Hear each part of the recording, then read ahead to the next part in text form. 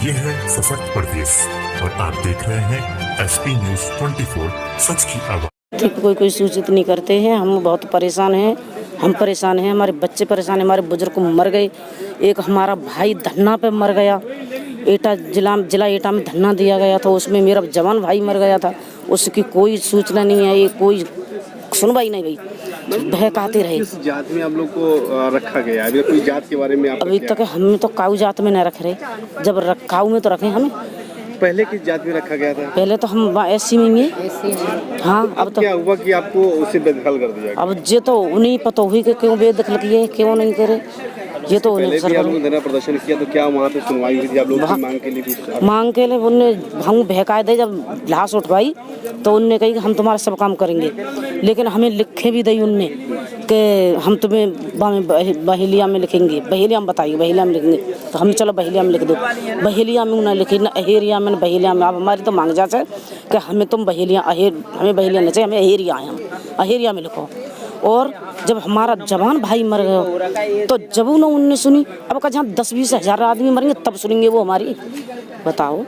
तो जब हमारे बच्चों को कोई लाभ नहीं मिल रहा, हमें कोई लाभ नहीं मिल रहा, बच्चों को पढ़ा में, मट्टी कटवा में, खेतन में काम घिसवा में, तो आन जात और जातन के बच्चे पढ़े लिखे जब अपने नौकरी वैसा सब काम कर रहे हैं तो हमारे भी कर सकते हैं बच्चे।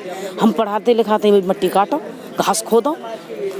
ये तो हम प्रदर्शन किया गया था तो क्या आश्वासन दिया गया था? अभी लखनऊ में कुछ दिन पहले धरना प्रदर्शन किया गया, ये गुमराह करते रहते, कुछ नहीं सुनते हमारी, कोई बात हमारी सुनते ही नहीं, हमें आगे को बढ़ाते रहते हैं। 15 दिन बाद आना, 10 दिन बाद आना। अरे इतने हम पैसे कहाँ से लाएंगे और कैसे आएंगे? हमारी इन्हें मजबूरी की भी पता है कि ये कैसे आते हैं, कैसे नहीं आते हैं। मैम क्या लगता है कि आगामी विधानसभा चुनाव लगा है 2022 में, उसमें आपकी समाजदार क्या उनको जवाब देगा? अब समाज तो जवाब कहाँ देंगे? जब वो मांगे जब तो देंगे जवाब। जब हमसे वो मांगेंगे, सवाल करेंगे, तभी तो हम उन्हें बताएंगे।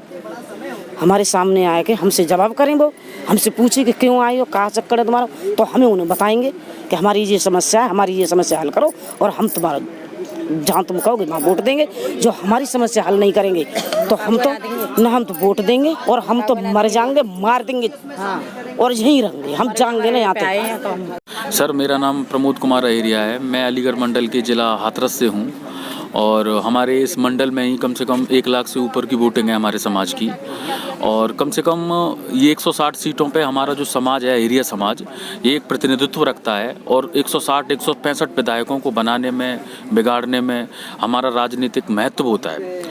सर हमने इसलिए हम धरना प्रदर्शन पे यहाँ बैठे हैं आज कि हम 29 तारीख को भी आए थे, आपका बहुत बड़ा सपोर्ट मिला था। आप चौथे स्तंभ हैं इस भारत के, जो मीडिया है मेरी, और उन्होंने बहुत सपोर्ट दिया था हमारे समाज को, गरीब समाज को, क्योंकि सर गरीब समाज है इसलिए मैं हाथ भी जोड़ सकता हूँ। ये सब लोग फिर अपना ये किराया भी नहीं एडजस्ट कर पाते हैं, जो रेंट लगता है उधर वेस्ट यूपी से, तो फिर भी ये अपने समाज के लिए आए हैं। क्योंकि हम 1950 में सरकार द्वारा निकाल दिए गए थे एससी की श्रेणी से, 4 जातियों को निकाला था, 3 को ले लिया गया है, उसका रिकॉर्ड आपके सामने है इस बैनर पे।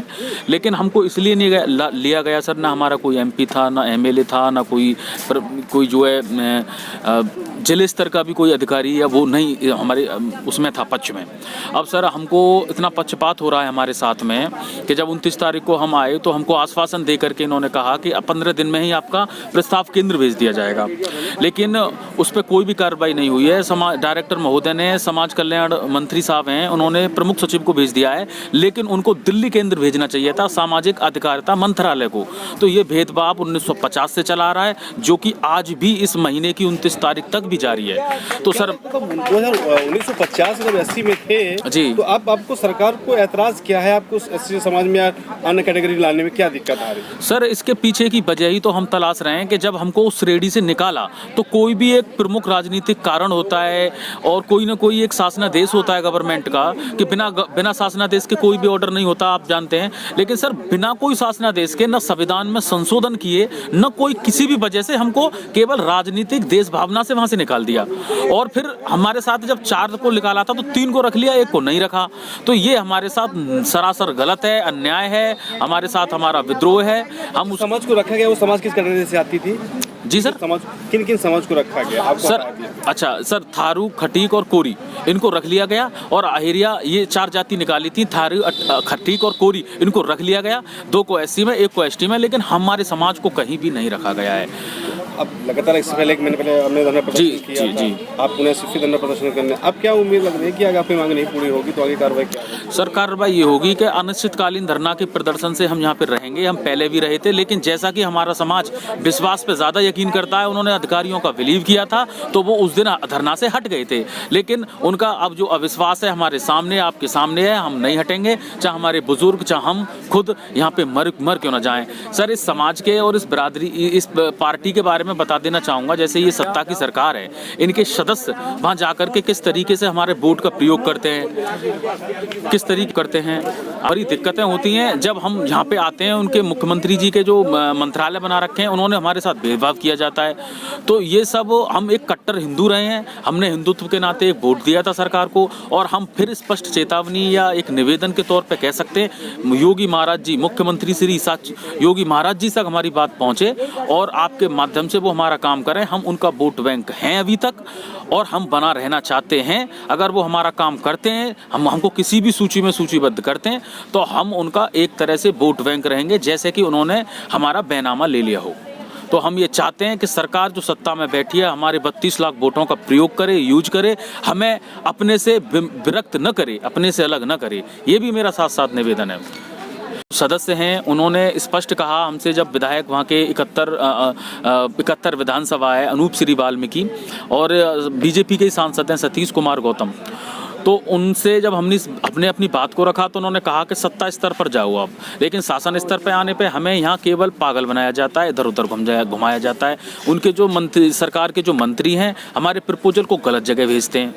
तो क्यों ना फिर ऐसी सरकार का हम क्या करें। ये हमारा निवेदन है और चेतावनी भी है कि सरकार हमें अपना ले जैसे हम उसके हैं। अगर वो नहीं अपनाती है, तो जैसे इस समाज में, भारत देश में रह कर के भी जैसे मुसलमान करते हैं ना, जैसे ये राष्ट्रीय सरकार है भाजपा की, केंद्र और राज्य में, इसको जो भी कैंडिडेट 160 सीटों पर हराएगा, हम उसको वोट देंगे, हम उसको जिताएंगे जो बीजेपी के विधायकों को जो हराएगा।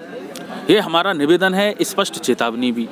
और सर, जब हम उसके 32 लाख वोटर हैं, तो उसको अपनाने में दिक्कत क्या है?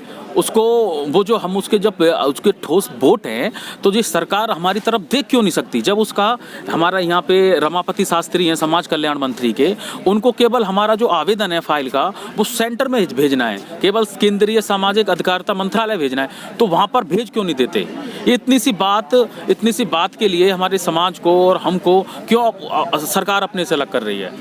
तो क्या लगता है कि 2022 चुनाव में ये समाज द्वारा क्या कोई ताबड़तोड़ जवाब दिया जाएगा? जी सर, बिल्कुल दिया जाएगा। हमारा तो इसी महीने दिया जाएगा। अगर ये शाम को ही हमें धमकी मिल रही है कि यहाँ से हटो, हम इको गार्डन से नहीं हटेंगे। पहली बात, अगर ज़बरदस्ती हटाया जाता है तो यहाँ विद्रोह शाम को ही होगा, जो आपके समक्ष होगा। लेकिन अगर 2022 को नहीं है, हम ये धरना प्रदर्शन करने आए, हमको सरकार हमारी फाइल को वहाँ पर भेजे, हमारा आवेदन केवल सेंटर के लिए निकाल दिया जाए, तो हम यहाँ से हट सकते हैं। अन्यथा की स्थिति में हम अनिश्चितकालीन तक, जब तक आचार संहिता नहीं लगती है, तब तक